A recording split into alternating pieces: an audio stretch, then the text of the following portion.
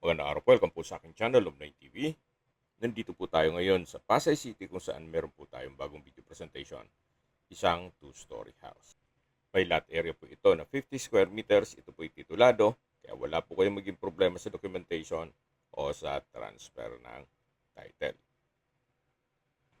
Maganda po itong gawing rental business gawa ng malapit po sa lahat itong lokasyon ng property.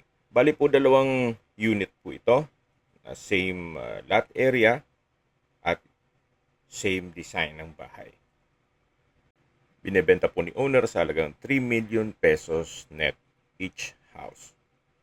Ang full video po ay mapapanood nyo sa aking YouTube channel na Love9 TV Official. Please manage your expectation, gawa ng hindi po ganun kalapad ang daan dito.